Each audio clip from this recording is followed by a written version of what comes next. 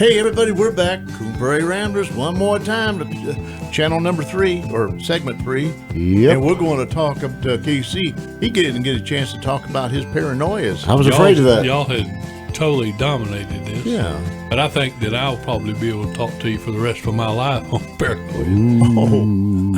I had no idea that I had this phobia until I was put into a position where I had to experience it. And as most of you know, I have multiple sclerosis, and there was no real way to test you to see if you had multiple sclerosis until they come up with an MRI. Well, when I first got it, they didn't have the MRIs.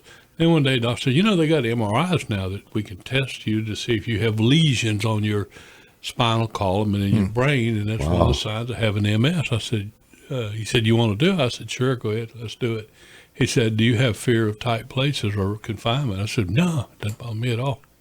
So they said, okay, let's go ahead, we'll give it to you now. And they took me into a room there and had this huge machine, and they put you on like a real narrow table. Most of you probably know what this is, and then they push you up in there, and I mean, literally, my shoulders. Well, you got broad shoulders anyway, so they were the side of that machine. Oh my and then goodness. they got a mask over your face. It's not like so you can't see through, but it's like a football mask sort of thing that it clamps down over your head and all. And I mean, I got in there real good, and it got up past my hips, and I'm thinking, I'm trapped in here. I mean, and I started hollering.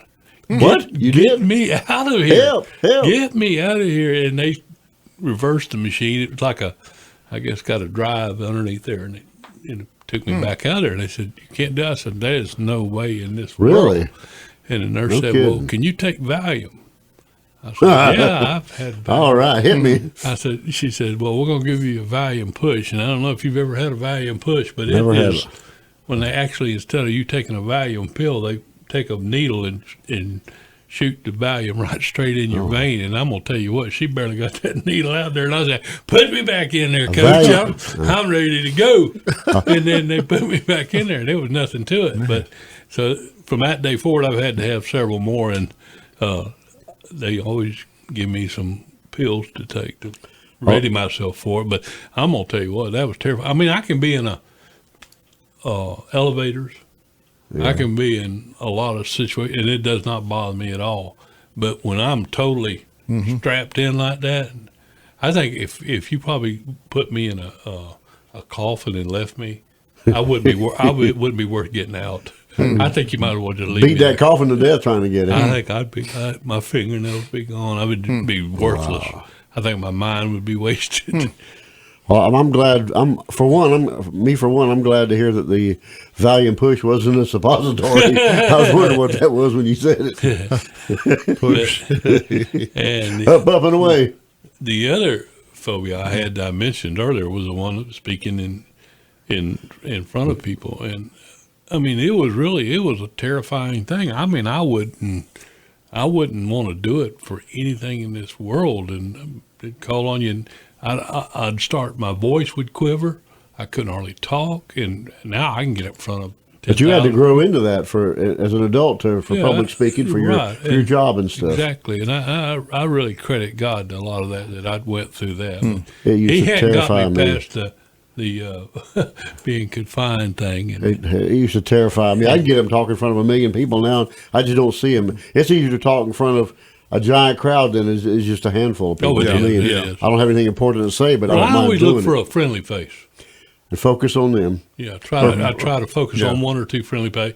You get those people that are grouches out there. You try to avoid them. Oh yeah. But the other picture them in their underwear. They say that helps too. Yeah. I just do not do that with a lot of people. But the other phobia is, I got several. But anyhow, the other phobia I have is I have a weird fear of heights. Of heights? Heights. I don't mind heights when I'm in an airplane or a helicopter. Mm-hmm. I can sit there and look outside and everything else. It does not bother me. And I don't mind being on high buildings or mountains and things like that. But I don't like teetering on edges. Teetering. Yeah. Teetering. Don't Yeah. teeter me on the edge. Might Might fall over, then you teeter out. Without- I mean, right, I mean, like if you're in a precarious position at a height, Where there's a threat of danger. right, I don't like it. If I Yeah. was standing on the top of the Empire State Building just walking around, I could look out there and look through the telescopes and everything else. However, if I was working on a giant skyscraper and walking around on scaffolding, And that ain't gonna happen. they'd probably have to Wrong. come get me with a rescue helicopter or something because I couldn't stand that. And no, but it's kind of a weird phobia because it's not just all out fear of heights. It's just kind of certain types of heights I don't want to be. I wouldn't want to be hiking, on this precarious trail that in the mountains. I wouldn't Small want- ledge you see. No, that- yeah, where you have to hold on to the side of the mountain. I see these mules walking along now, and you only got like a foot there, and these mules are walking. People riding on these mules with a cliff to one side. I don't think so. Oh, and I see these places where they drive in like these third world countries, and the road, I mean, is Oh yeah. barely big enough where you get by. And then when you got a car coming, you have to find one particular spot where you can cross. No, I ain't living there. I'd be the one on the mountainside. I wouldn't be on the outside You'd trying be to come by rubbing those 10 people. to 10 on the. But time. I got a fear of that. I mean, Somebody wind up with no mirrors on the side of their I had to vehicle. get out and walk while you went on by there.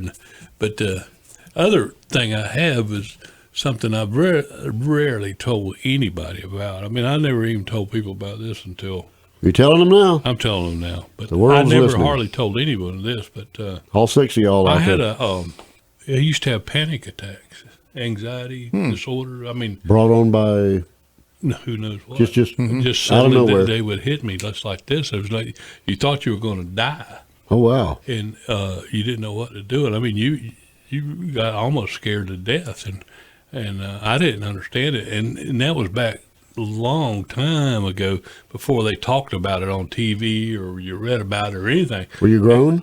Yeah, I was a teenager. Teenager. Like probably out of my teens, up 18, Early- somewhere around there. Wow. And, I just didn't know what it was, and I was too ashamed to tell somebody. Hey, these things happen to me all of a sudden. I feel like I'm going to die. I'm about to lose my breath, and I feel like my heart's racing down in my chest. I'm having a heart attack or something's wrong, and I gave that to God, and He took that away from me. But anyhow, Wow. That's crazy.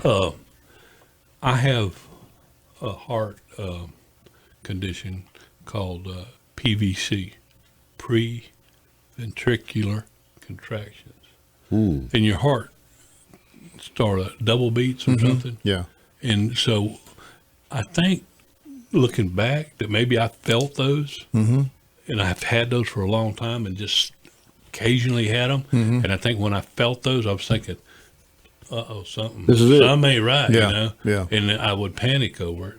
So I don't know if that was it. And I'd kind of like to maybe look on some of these forums and see if other people that have panic attacks can attribute it to something like having PVCs or something. That'd be worth looking into. Right Yeah, there. but that was a terrifying thing. I mean, you really literally thought, this is it. I'm going to die. You think like Red Fox, like, this is it, Elizabeth. I'm to coming see you. home. Coming home. That's the big one.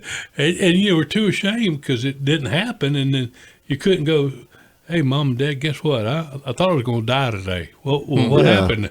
Nothing. I just thought I was going to die. They would say, get a grip. Yeah, that's exactly what they said. Kick the cowboy up, rub some dirt on it, and you'll be That's all right. right. Rub some dirt on. Mine will do like a little double beat once in a while. I'm like, what was that? Is it running out of gas and starting to sputter here? Looking for a good place to fall down. Yeah.